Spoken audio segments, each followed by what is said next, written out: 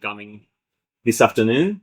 So I going against Isa's recommendations. I will start from architecture. I will say a few words. I don't know why it doesn't work. Oh, it's really slow. So back in 1933, a boat left Marseille in France with many important architects, art historians, and artists with destination Athens.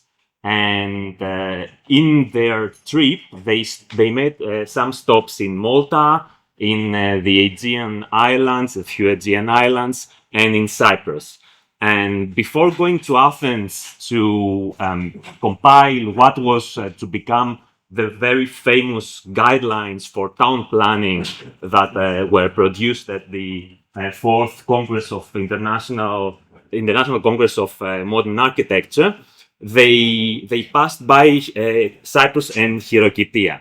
And the then director of the Department of Antiquities, Porphyrios Dikeos, showed them the few parts of the Choirokitia site that were visible at the time.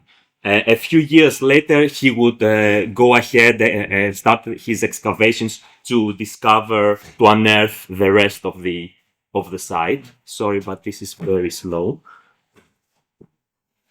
And you can see here what we are going to talk about today. This is the Choirokitia settlement, which is a Neolithic settlement which was inhabited between 7th and 6th millennia BC. It was abandoned for 1,000 years and then re-inhabited again until 3,900 BC. The settlement has been through various phases. The two most important phases are what you see here, these two. This is the first configuration of the village, and this is the second one. And underneath this layer, you can see the settlement, which is comprised of these kind of structures, which are very important. This is I forgot to say, this is a UNESCO World Heritage Site.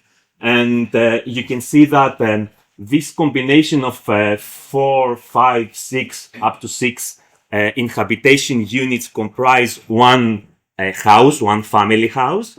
And this is the entrance to the village.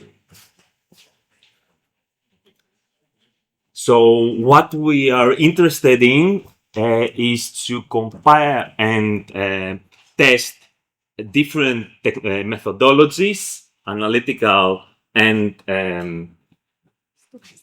stochastic, to study the relation between the space in between these structures, which was obviously the heart of the house. It was a more private part of the settlement, together with the network of the more public parts of the settlement.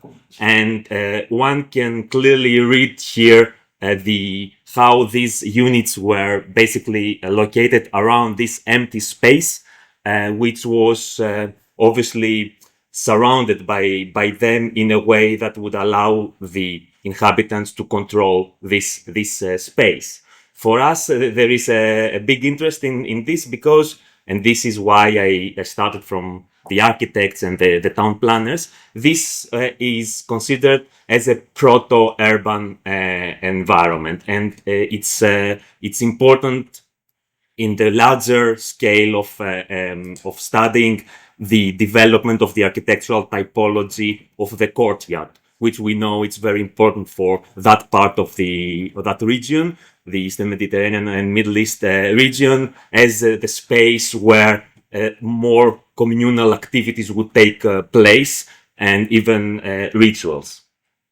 This is the mesh, as Isa says, of the current conditions and how the archaeological site is currently at the stage at which it is. I just want to say that where is the Yeah, you have to go with the like. I just wanted to show that in the beginning they thought that the first archaeologist, Vikios, who excavated the site, they thought that there is a line you can see in the middle. It's basically a wall, and they thought that this was the street network of the village. And I'm mentioning this because it links very well with the discussion we had earlier, especially in the case of Catherine's talk with regards to the circulation networks of the villages.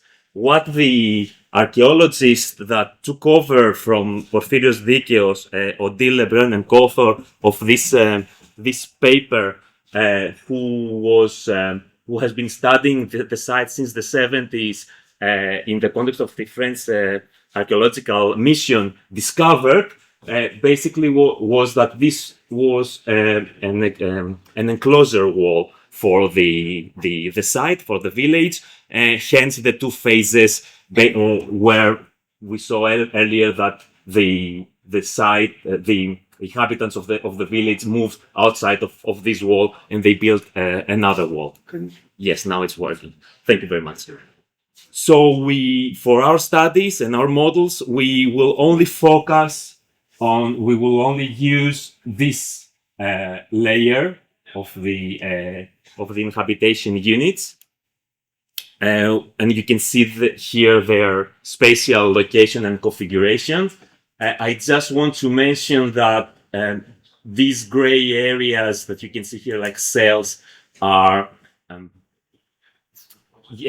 houses that they have been identified by the archaeologists. The red circles are the inhabitation structures that they have been identified on their specific height, that they were concurrent, they were coexistent at that specific period of time. And the blue ones were were created by us on foundations that were excavated, but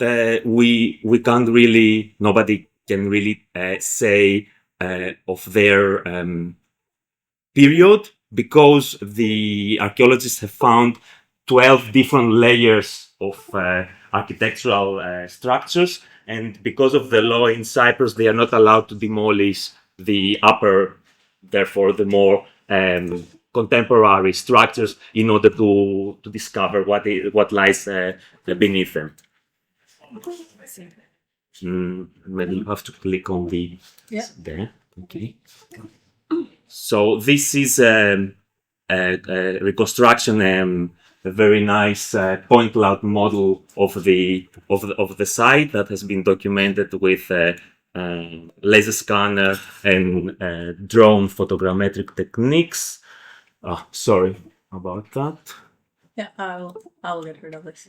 Okay, these are the structures that we are working on with, located on the right position and the right height. Okay, we're switching it off. That's it. Game over. Just get rid of it. Yeah. And now I will hand over to Isa. And I'll have zero technical problems because I just switched off what wasn't working. So in terms of that site, we're really interested in things that we cannot know. We're interested in where did people go in that city, and why did they go there, and why did they build where they built and not somewhere else, and which areas of that city were important and which were just, suburbia where nobody was actually interested in it. And the data available for studying this kind of stuff is none. I mean, in a modern city, you put a camera and you count the number of people that walk through a street. But unfortunately, the ancient Cypriots were absolutely not concerned about our research, and they have done zero count of how many people walked where and how those spaces were used. So what we have left is just kind of the outline of possibilities. Nobody walked, let's assume, nobody worked on the ceilings of buildings. But actually, it is very difficult to try to imagine what kind of data could tell us something more about the frequency of pedestrian movement at different areas, at the different streets of that city. So when we model movement, we can go two paths. We can go for analytical methods, such as least cost paths or space syntax methods, which basically take the whole picture and calculate kind of the baseline. Or we can look at stochastic methods, such as agent-based modeling, which tries to reconstruct that movement from the bottom up. So this is a key division. So let's look a little bit closer at the differences. When you look at the analytical methods, the top-down methods, they basically try to tell us if all people do X, this is their combined movement pattern. We here assume that every person is the same, that there is not much of a, we don't model we model homogeneous population. And this is static over time. If you create a space syntax of a city, if you put, the same city, you will get the same space syntax results. And as we're modeling it, we are kind of assuming that all people that were in the city and were moving, we assume that they had global knowledge, and then they were behaving in a rational manner, and that they were optimizing. So we're kind of running this idea, how would the world look if it was ideal world? And this is really, really useful in the sense that you get pretty quick results, and they're pretty crisp, and there's no much problem with analyzing them. It is actually very easy to interpret what you get. But this is a really good baseline. But we know that world isn't ideal, and people are anything but rational beings most of the time. They have very limited global knowledge, and they usually just satisfy and not optimize. People are also different. So there is a different movement pattern for a family of 4, I can tell you that, compared to, say, a single person who's a student. And that dynamics may change over time as the population of the city changes. You have cities where most of the population is young, and you have cities where most of the population is old. The movement pattern between those two will be different. So in order to model this kind of stuff, you use the bottom-up approaches, such as agent-based modeling. And this looks at the question in a bit more messy way. It's asked, if people do X, Y, and Z, depending on their goals and who they are, then this is their combined movement pattern. And as much as this is bringing you closer to reality, it also has a price that needs to be paid. And the price is that this kind of methods are way more computationally expensive. The results are way more messy and difficult to analyze. And there you have a good chance of really shit results that you actually don't know what the heck is going on. So as much as the analytical methods or the top-down methods are really good as a baseline, once you start moving towards the kind of more realistic scenarios, you go for the bottom-up approaches. And it's important to remember that it's very difficult to interpret those bottom-up approaches if you don't have a baseline. So what we did is we run both. Because why not? So let's start with the top-down analytical methods. And we see here the isovistas of each one of these communal spaces in between the inhabitation units, or the courtyards of each house, with a clear priority to the entrance of the village. And the second experiment we ran was with regards to network connectivity, and we see here graphs of the connectivity of these spaces. I don't know if we can come back later if there is time or more questions with regards to the algorithm we use to produce these graphs. But basically, the logic is that we were trying to see the depth of the network of these spaces, starting from the entrance of the village. And we also deployed some bottom-up approaches, not some, but one, agent-based modeling. And because it's not an analytical approach, you already have to start making certain decisions. So you have to decide whether you're going to see how would it look if people walked at random, or if they would mostly walk forward and not kind of back on themselves? What if they had targeted walk? So, they were more interested in walking from point A to point B. Or what happens if you have a mix of the above? And where do they start their walk? Do they start at a random point, at the entrance of the village, at their house? So you already see that a lot of scenarios can be constructed out of it. So let's just have a look at some preliminary results. This is the plan of the village, and those are the little agents. I made them bigger. So that sorry for interrupting you. Just to say that the interior curve that you see is the rock bed of the hill. So basically, we know for sure that they wouldn't build in this area, and therefore one can limit the movement of the agents between the two curves. Yes. Okay.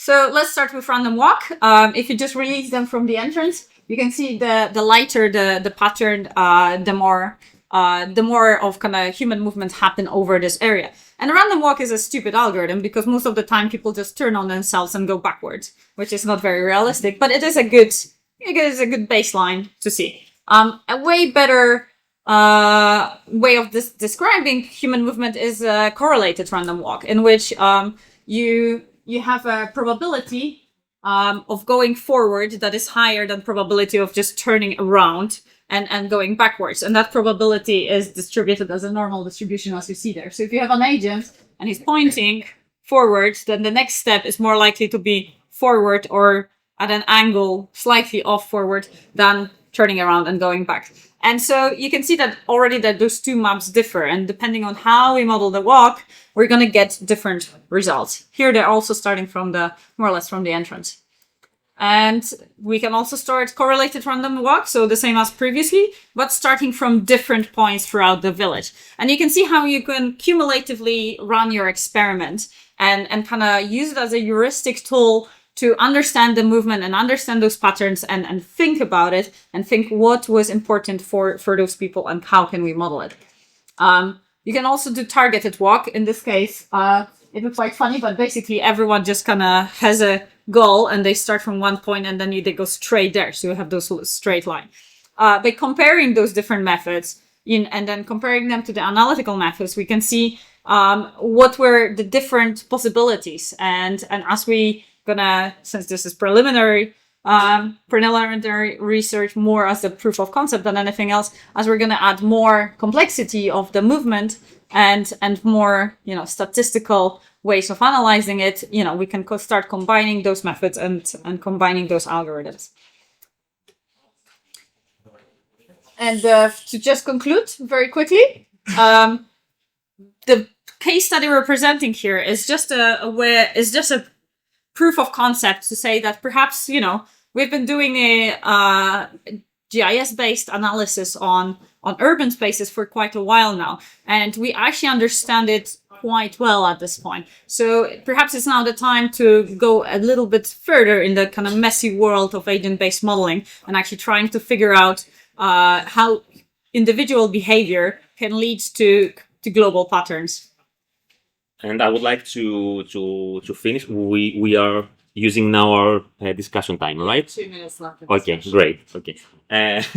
I just wanted to add that for us, this is a great challenge to produce a map of various scenarios using all these tools and apply them on very messy data. Nobody knows and nobody will really understand ever what has happened in the transformation of these villages, and we have very little real information from the archaeological studies. So for us, since it is such a proto-urban space, it's a great opportunity to play and experiment with these tools to see what we can learn that it would have been otherwise impossible as scenarios to come up with a hypothesis. We know only the entrances for very few of these structures, and as I said, we have 12 different layers, so levels, architectural levels, and we will never be able to really decipher the coexistence of between them, basically, other than the few that we used here in this study. Right, Thank you very much.